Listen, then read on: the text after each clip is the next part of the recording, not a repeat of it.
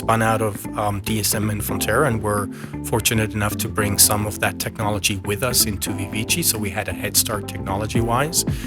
And then we really built from there, took it to market, took it to scale, got the first customers on board, and are now at a stage where we are a growth stage ingredient company.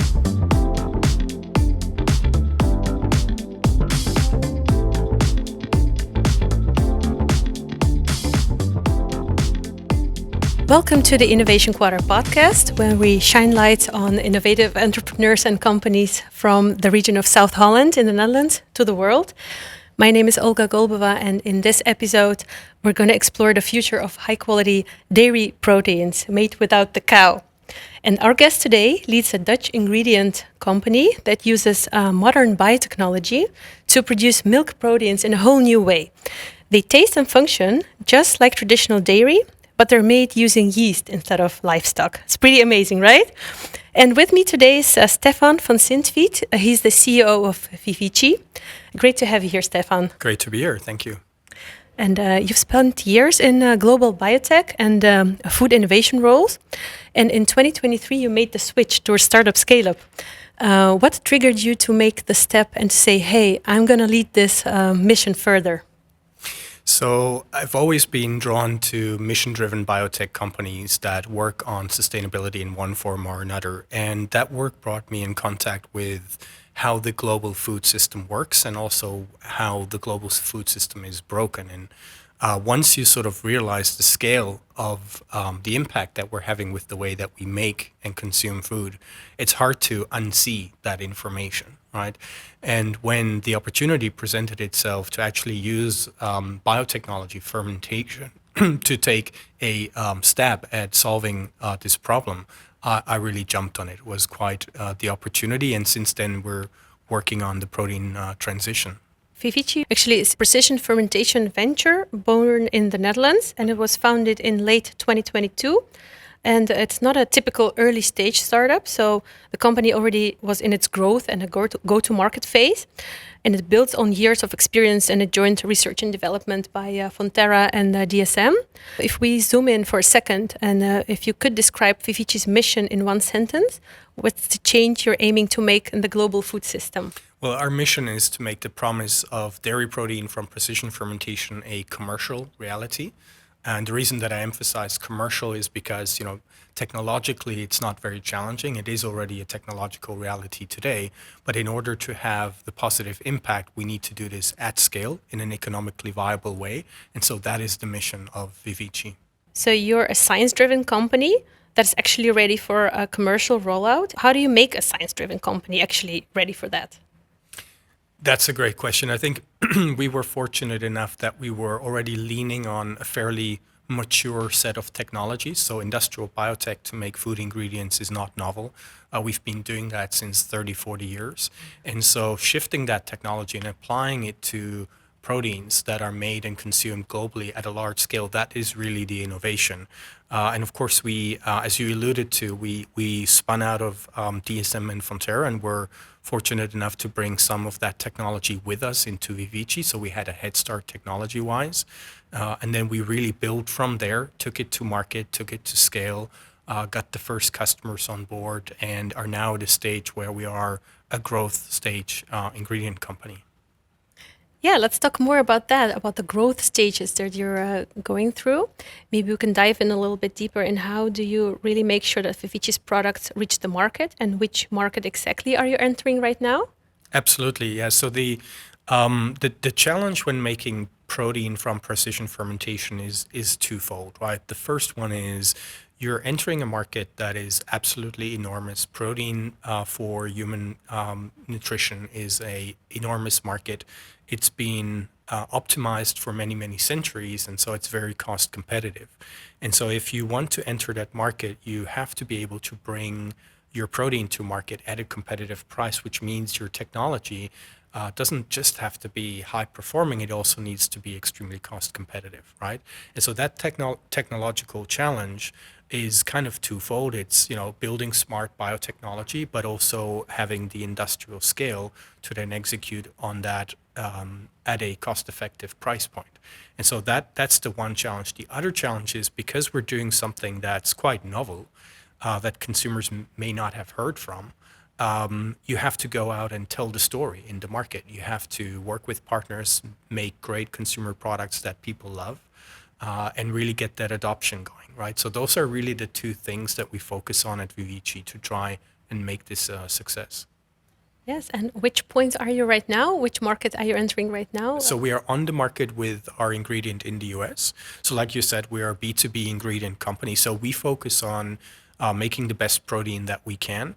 And we work with innovative food and beverage companies to then make consumer products. And the go-to-market strategy right now is focused on the health and wellness and sports nutrition markets, because that's where consumers demand high-quality protein.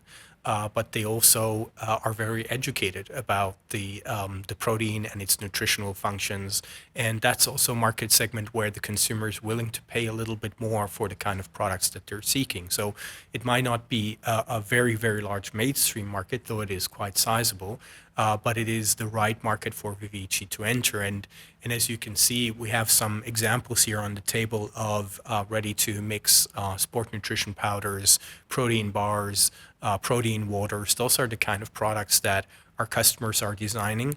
And so we help them with our protein to design the best possible consumer product. Nice that you brought the products as well to showcase the listeners and the viewers of the podcast. Thank you, Stephan. Maybe a little bit about the barriers, because it's also quite a regulated market. Do you see any challenges in this competitive space? And how are you planning to compete effectively? Yeah, so the barriers to market from a regulatory perspective are, of course, that when you bring a new food or a new ingredient to the market, it has to be safe, right? Consumer safety is really important, and of course, we pay a lot of attention to that. So what we have to pass through in every country that we launch the product is a regulatory process that allows us to market the ingredient, and typically that involves a safety assessment of the ingredient itself, but also all of the raw materials that we use, all of the processes that we use. And that process differs slightly from market to market, but what they have in common is that at the end of the day, we want to put a safe ingredient into our food. And we are very supportive of that. We set a high safety standard for ourselves, and we welcome these rigorous processes. And of course, it's our job to then provide the data that allows us to market, but also build the trust with the consumers. That is very important. Yeah. And in the US, you're already active. And what about European market? We're working on the European market. Market entry in Europe typically takes a little bit longer. That has to do with the regulatory process that is typically a little bit longer. It just requires more time to review. We're also looking at selected Asian markets. We're expanding in North America. So there are a couple of countries that we're working on now where we have the regulatory process ongoing. And so we hope to bring our product to more markets pretty soon. Yeah, amazing. And you're starting out of the Netherlands. So the Netherlands is your base, and you're also promoting your company as a Dutch ingredient company. What could you say about the Netherlands from that perspective? Does the Netherlands have everything it takes to lead the protein transition? Would you say true or false? Absolutely. From my perspective, absolutely true.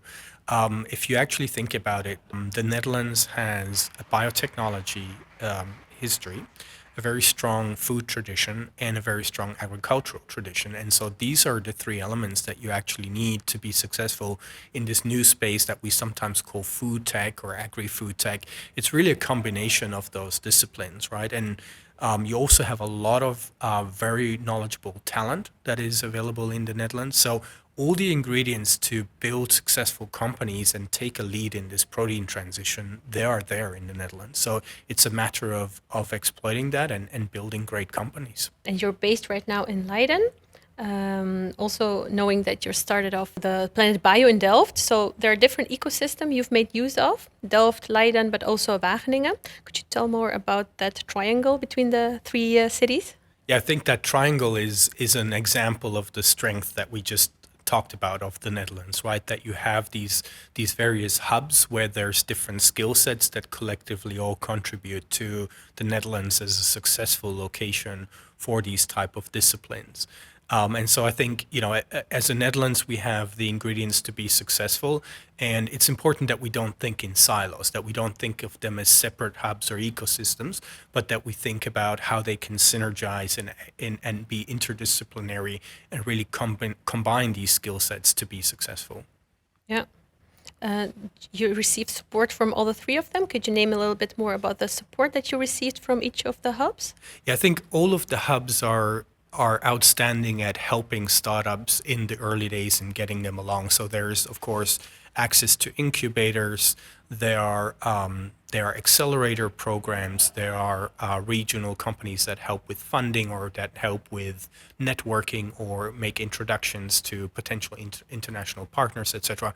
So all of them share that they are outstanding and have broad support for startups. And so we've participated wherever possible in those programs. Fastlane in Wageningen was one of the things that you mentioned earlier. So we're very grateful that we're able to tap into this. And again, I think it's an example of Netherlands as a fantastic startup location. We would love to see that extend to the scale-up community as well going forward. I think that's where we have a little bit room for improvement, especially if you get past that Series A and you are at a growth stage, and now the stakes become a little bit bigger, the capital requirements become a little bit bigger. Ultimately, to be successful in our economy, we have to drive the scale-ups as well. So I think that's an area where I think we have a little bit of work to do, but I think that the awareness of that is definitely there. Yeah, I think we should all take note of that as the ecosystem people. So yeah, well, maybe we can talk about the fundraise, because talking about investments just now, Stephan, under your leadership, the company secured earlier this year 32.5 million euros in a Series A. It was backed by the APG, the impact investment arm of the Dutch pension fund, and InvestNL, the Dutch national impact investor. And it also included Innovation Quarter Capital as existing shareholders, and the existing shareholders DSM and Fonterra. Yes. What did investors really buy into when you pitched the proposition? I think a couple of things. I think that that the mission of Vivici aligns well with the investment thesis of a number of these investments, of the impact that we're seeking. I think ultimately what investors told us what they like about Vivici is a combination of very strong technological fundament. So we absolutely have state-of-the-art technology, both on the biotech side and on the protein application side. I think a team that brings a lot of industry experience to the table, who has a track record of bringing biotech innovation to the market.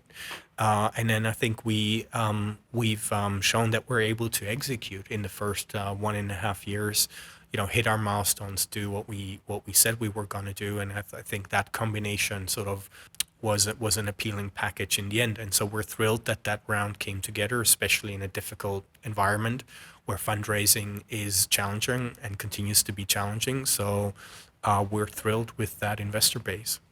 Could you tell a bit more about the proof points that you could provide to the investors? For example, you hit certain milestones.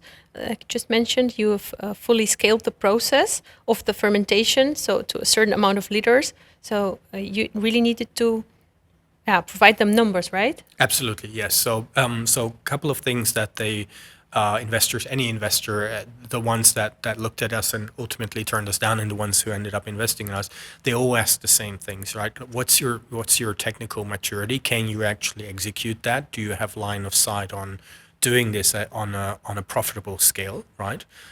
Or is your technology ultimately not capable to do this at scale and in an economically viable way? So that's always a big area, and that's of course a combination of biotech, of supply chain, of process engineering. So that's a whole technical package.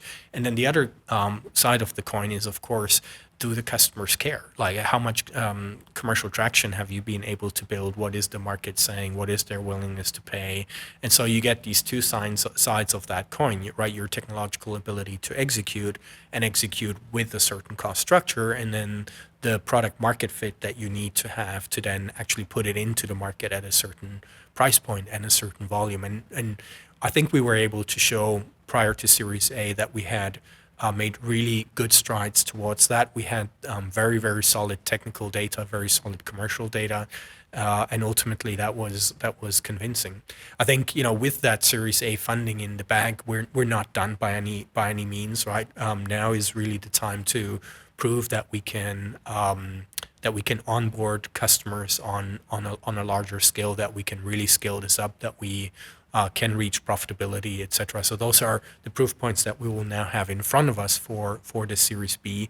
That by the time that Series B comes, essentially it's a matter of just adding water, right? Because all of the sort of technological and commercial points have been fully proven or de-risked. Yeah, what advice would you give them in general when they start fundraising? That's a great question. I'm not sure we're in a position to give advice. It's a very tough period for companies to fundraise. The macroeconomic environment is very challenging. I've seen great companies that in my mind should have been funded that weren't funded. So it's very, very tough out there. I think ultimately, if you have product market fit, I think that is really, really important. And if you have line of sight on a profitable cost structure, then basically I think you should be able to build a successful ingredient or even B2C business in this space. But at the end of the day, it remains a very challenging field, right? And I think we're going to see a bit of a shakeout in this field as well.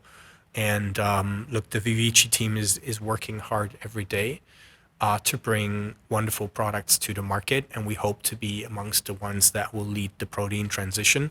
But the proof is in the pudding, so we keep our eyes on the ball and we work hard. Yeah, you've said this before in another interview that I've read in a Dutch publication, that you've said that this race is not just a win for Vivici, but for the broader protein transition and for the Netherlands as a biotech hub. And so you do think that this could be a pivotal moment for both, so for your company, but also for the broader ecosystem. Yeah, I think everybody was ready for some good news, right? I mean, the last 12, 18 months, we've heard a lot of bad news from the sector, a lot of companies that were in dire straits, a lot of investors that maybe have turned away from the sector. So, every bit of good news helps, of course, and we've seen a couple of really good rounds come together.